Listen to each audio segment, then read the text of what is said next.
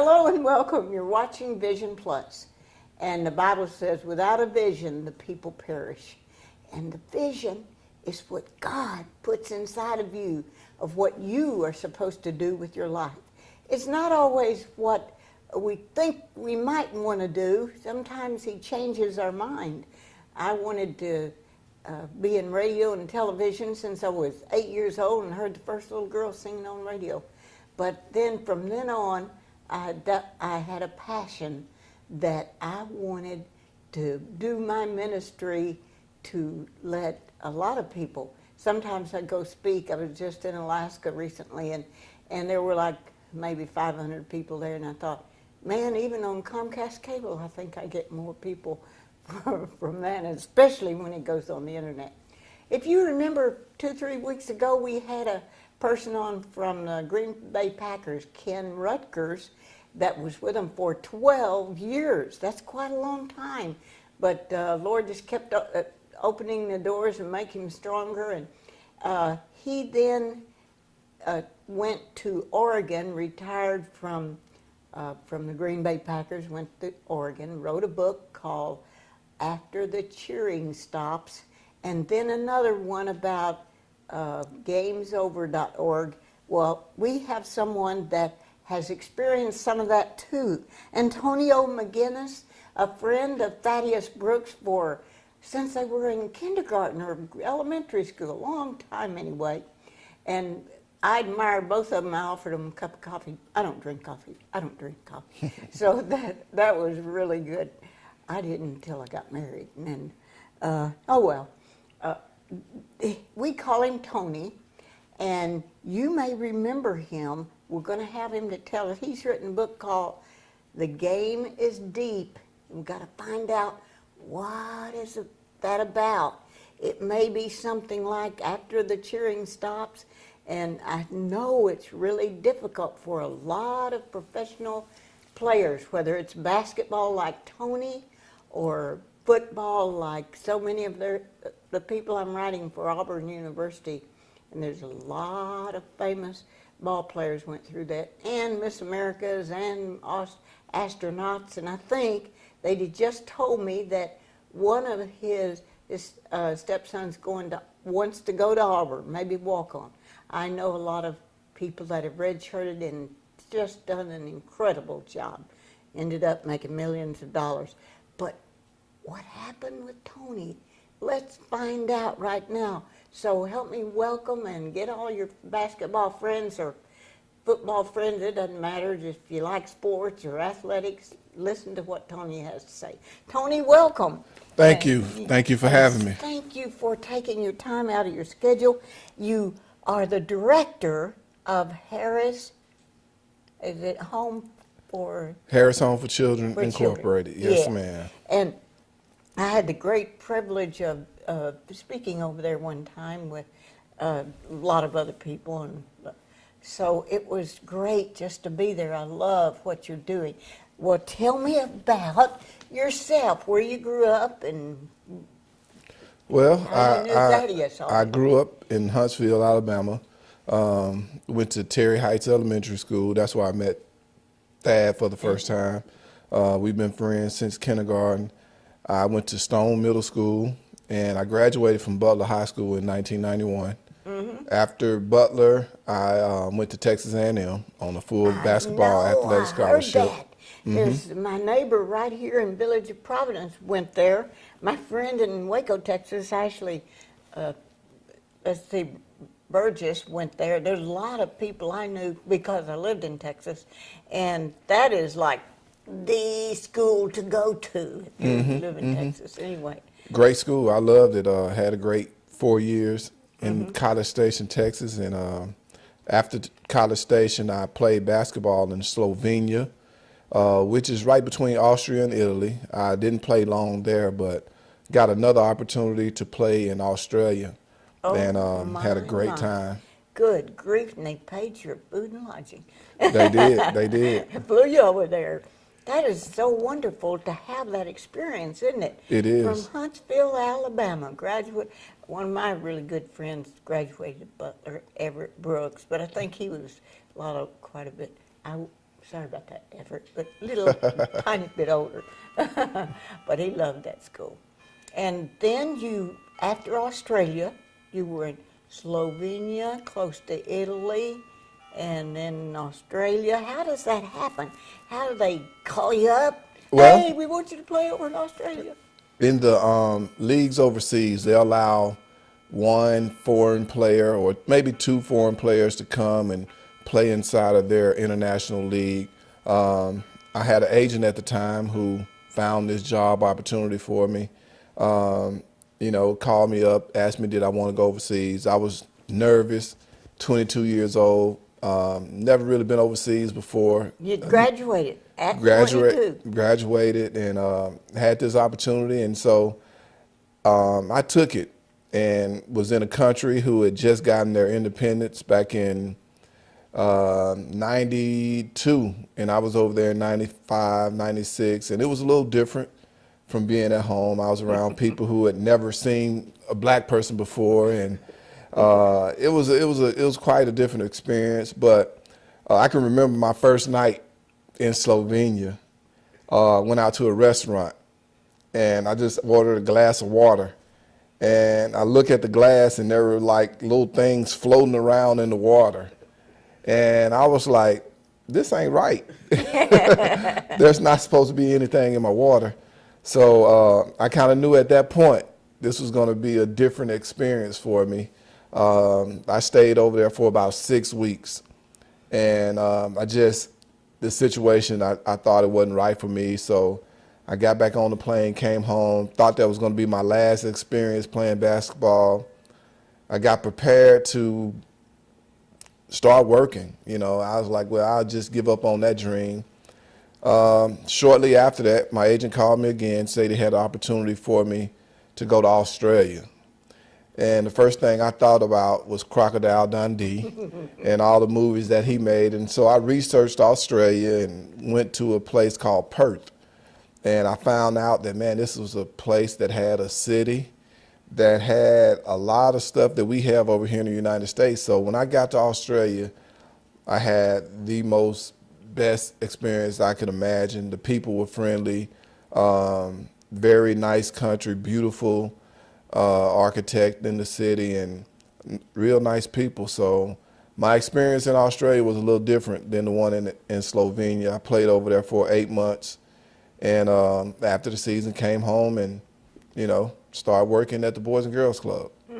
Well, how did you choose the Boys and Girls Club to come back to? I was supposed to be at the Boys and Girls Club for a short period of time. Mm-hmm. I was going to work for the summer. And I had made a commitment to work for the summer. And as soon as I got the job, my agent called me.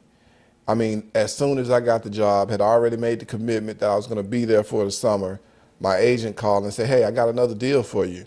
I want you to go over to the Philippines and play in a summer league. I taught in a university there. Wow. And so I never really knew what the Philippines was all about. But I told him, I said, well, I've already made a commitment to work with children at the Boys and Girls for the summer.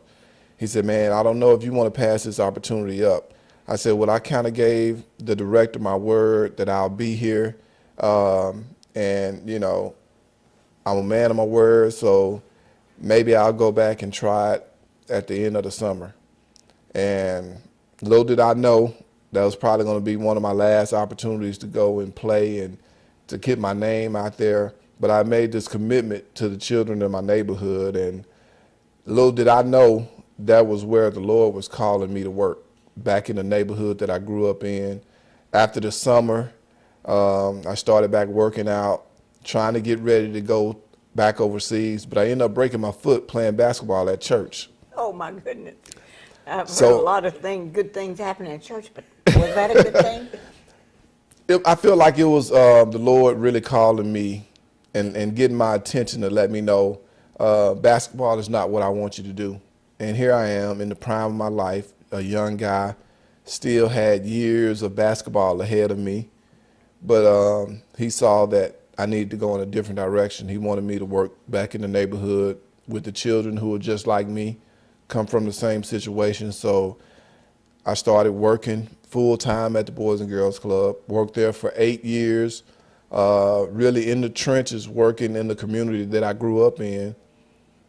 After leaving the Boys and Girls Club, I got hired on at the Housing Authority, still working in the same community, but now at a larger scale, working with all the children in different public housing sites. And just felt like I was in my zone, in my community, working with the people that I grew up with, and just trying to make a difference in the inner city. And then from there to the Harris home. From there to the Harris home. I've been at Harris home now for 3 years. Great place to work. The kind of work we do at the Harris home is something that is very unique. The children who come to us, they come because they've been abused, neglected, abandoned. And we try to provide, well, we provide 24-hour care for those children who come to us. We feed them, clothe them, take them to school, provide counseling for them when they need it. If they need to go to medical treatment, we provide. Well, we don't provide it, but we take them. And it's just like raising our own children. We provide everything that the children would need to become successful. And at times, some of the children get a chance to be reconnected with their families. And that's always a good thing if it's a good situation for a child. But if it's not, we try to provide care for those children as long as we can, as long as the state allows us to. So we've had children there for as long as 7 years.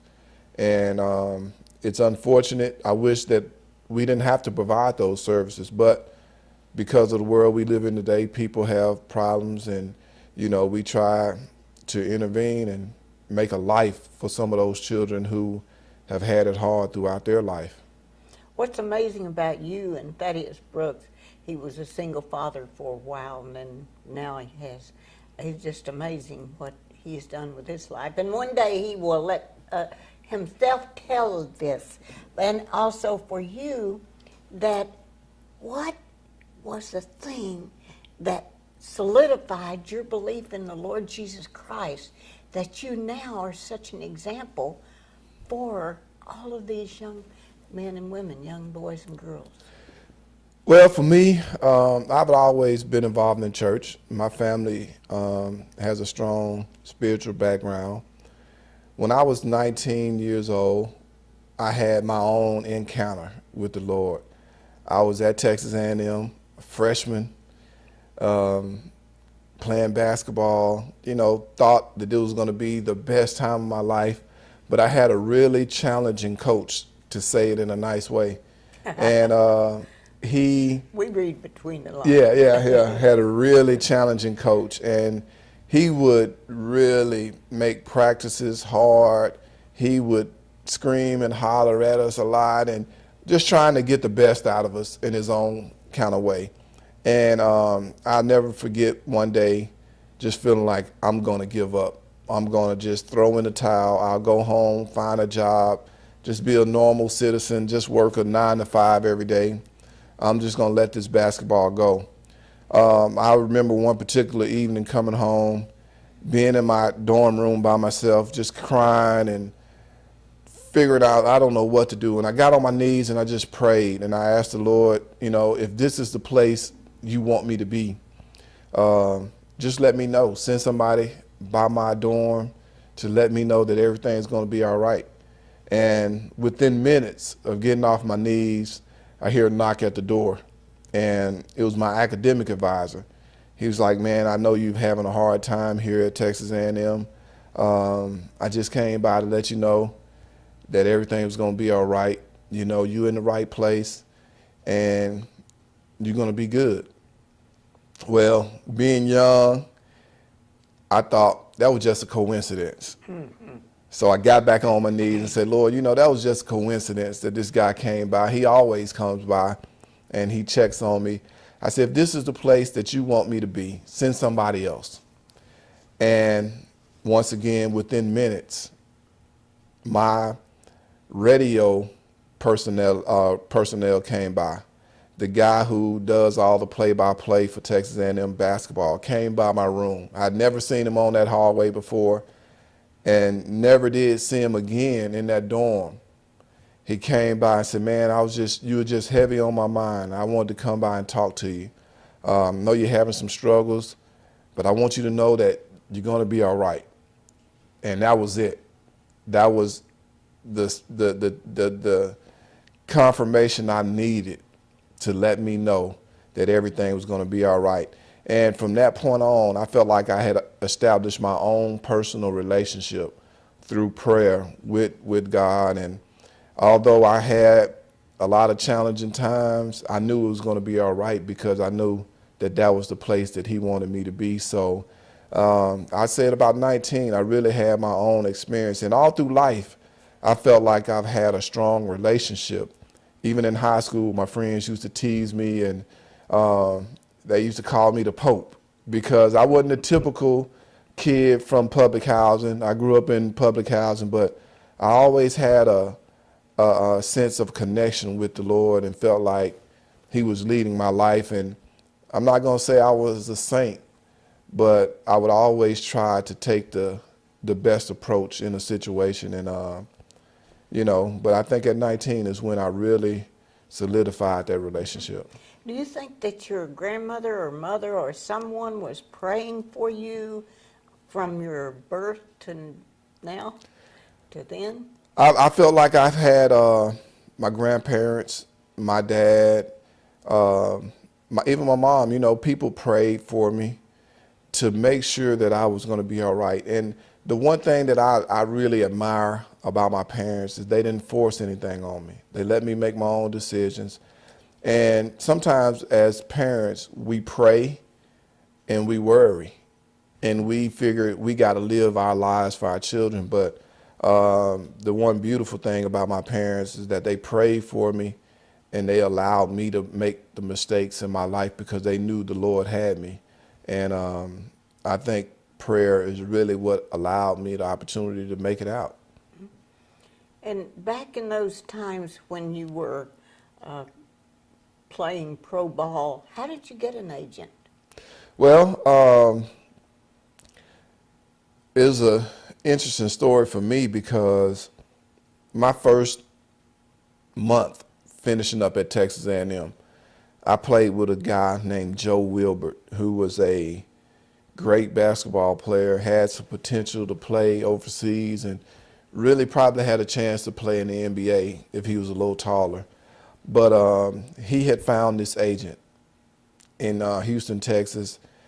I went and tried to sign up with it was a female agent.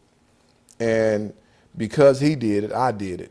I really didn't have enough faith in my coaches at the time to feel like they were going to help me continue to play basketball. So I signed with the young lady. And after about a month and a half, I didn't think she was the right person for me.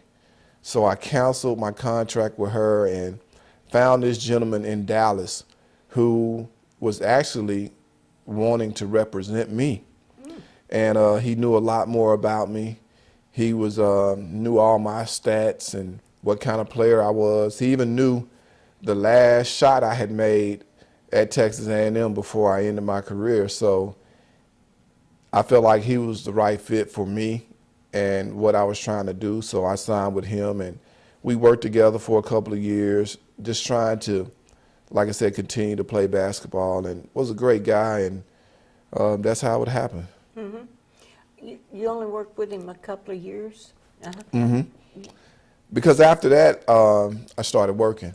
Yeah. Started working with children, and he wanted to work. You would have gone on to NBA if you had, or could he have opened that door, or you don't know? The possibilities of me going to the NBA were probably slim, but the possibilities of me continuing to play professionally overseas was, I really had a great chance. I was, like I said, at the time I was in the prime of my life, had a great year in Australia. Really had opportunities. I was going to make more money playing in the Philippines that summer than I was going to make the whole year at the Boys and Girls Club. And like I said, I turned it down. Didn't know why I had turned it down because that's what I wanted to do. But looking back, I know why I turned it down now because the Lord had a different path for me to take. What have you seen that you have some stories that maybe people could say, yeah, maybe I need to think in terms of doing what the Lord has for me instead of this other opportunity? Do you have some success stories about the Boys and Girls Club or Harris Home or the... I do. After being at the Boys and Girls Club a couple of years, I started a program called Encampment. And it was a summer program for some of the kids who were a little rough around the edges, who didn't really participate in the traditional summer programs. We would wake these gentlemen up 6:30, 7 o'clock every morning during the summertime. Usually these guys would sleep in till about 12 or 2 o'clock, and by the time the Boys and Girls Club was closing, they would only get about 2 hours of recreational time, and then they would stay up all night hanging out. So we wanted to make a program that was tailor-made for them. We would get them up. We actually called it the Encampment Boot Camp program back in the day. We would exercise with them. We would provide Bible study. We had different people come in throughout the community to teach them about personal development, how to finance, how to manage, how to be successful people. And last year was the 8th year of that program. We're going to have a reunion this year. And I've been able to contact a lot of the guys who have gone on to college. They're in the military. They're working good jobs.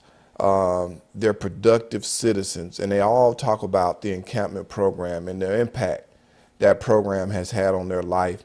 So looking back at that and realizing the impact that it's had on some of these young men to help them to be successful has been one of the identifying marks that I've had to allow me to realize that what I've been able to do. Mm-hmm. Can you think of any specific person or girl? I know it's Boys and Girls Club, so there were girls there too. Any of them that have gone on to? I have a lot of success stories, but one that I would highlight is a gentleman that he didn't go off to college. He didn't go off to the military, but this guy's name is Nick Jones. He was one of those guys who was one of the founding, he was one of the first kids that we've had in that program. At the time, he was about 16. He was one of those guys who wasn't that great in school, but he always had personality. He always had some character. We mentored him for about 3 summers, and now he's working at the Boys and Girls Club. All right. He's giving back. He's working every day, trying to do better with himself. And that's one of the success stories that, you know, I feel like we can definitely highlight, because it's not somebody that has gone on to play professional sports or who's in college, but he's an everyday citizen working, trying to make life better for himself, and also giving back in the way that was given to him. Now he's able to pour into some of the young children in his community and make a tremendous impact on them. One of the wonderful things about Tony McGinnis is not only what he has done for the Boys and Girls Club and Harris Home, he has just been inducted into the Hall of Fame. Now I want you to tell us all about that, how that came about, and what that is, and others can aspire to do that too. Well, the Huntsville, Madison County chapter of Hall of Fame is having a ceremony on April the 1st, 2013, and every year they select a group of people who've made contributions to the progression of sports here in the Huntsville, Madison County area. This year, I'm one of the inductees, and the one thing about it is you have to turn 40 in order to be inducted. So that's kind of. You were only 29. You know, you have to be 40, and you know, that's kind of a bittersweet thing. I told one of my players at Oakwood University, I coach basketball on the spare time at the university, and I said, man, you know, I'm getting inducted into the Sports Hall of Fame. And what he told me is that, you know what that means, don't you, Coach? And I was like, nah, what does it mean? He said, that means it's over for you. And, you know, that kind of hurt me a little bit. But I was able to take that as motivation to let this young guy know that it's not over.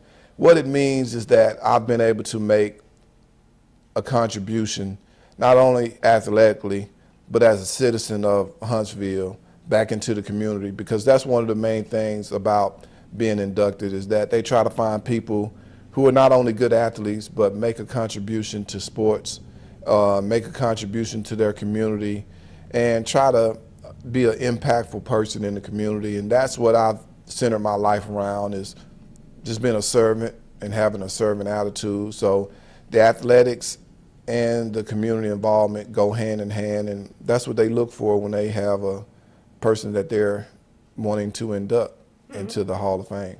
Well, you remind me of another servant leader, and that's Jesus Christ, because he was, he came to serve, and that's what you've done. For now, how many years? 15 years. It's you know, I was sharing this with a gentleman yesterday. I've been working in the community for 16 years now. 16 years. There 16 years, just being a servant. And it's good to be compared to somebody like Jesus. That's an awesome thing to well, be. you can probably, he has a website, but he has a book. You can at least get the book. The Game is Deep, Antonio McGinnis. And it's been a pleasure to have you here. Thank you for having me. And thank you for impacting so many people's lives. I have a good friend, Art Leslie, that also I had on recently. And I'm so happy that you are doing this good thing for the community. And I want you to think of what you can do like Tony McGinnis has done. I'm Bonnie Liphart, along with, well, actually, Christy's here, and Thaddeus Brooks, and Tony McGinnis. Bless your heart for watching.